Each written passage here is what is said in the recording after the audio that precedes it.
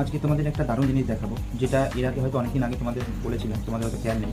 যারা ধরো মানে সাদা বালি দিয়ে ওয়াটারফল বানাতে চাও, তাদের ক্ষেত্রে কিন্তু এই ভিডিওটা। তো মন দিয়ে ভিডিওটা দেখো, আশা করি খুব ভালো লাগবে। আর একটু বোঝার চেষ্টা করো, বুঝলে কিন্তু তোমরা বাড়িতে অনায়াসেই বানাতে পারবে। তো চলো শুরু করি।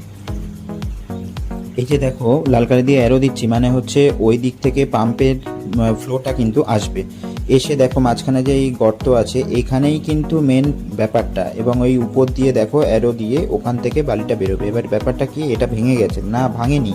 এটাকে কিন্তু আমি 45 ডিগ্রি অ্যাঙ্গেলে কেটেছি, 90 ডিগ্রি না, 45, এবং একটা প্লাস্টিকের জিনিস দিয়ে আমি কিন্তু ওটাকে ভাগ করে দিয়েছি। যার জন্য উপর থেকে যখন স্যান্ডটা পড়বে, এদিক দিয়ে যখন জলের ফ্লোটা আসবে, স্যান্ডটা যখন পড়বে, সেই স্যান্ডটাকে কিন্তু ওই ফ্লো এই পাইপলাইন দিয়ে উপরে তুলে দেবে। তো এটাই হচ্ছে মেন ট্রিক্স। এই যে কাটা, এটাই হচ্ছে মেন ট্রিক্স। কাটাটা কিন্তু অতটা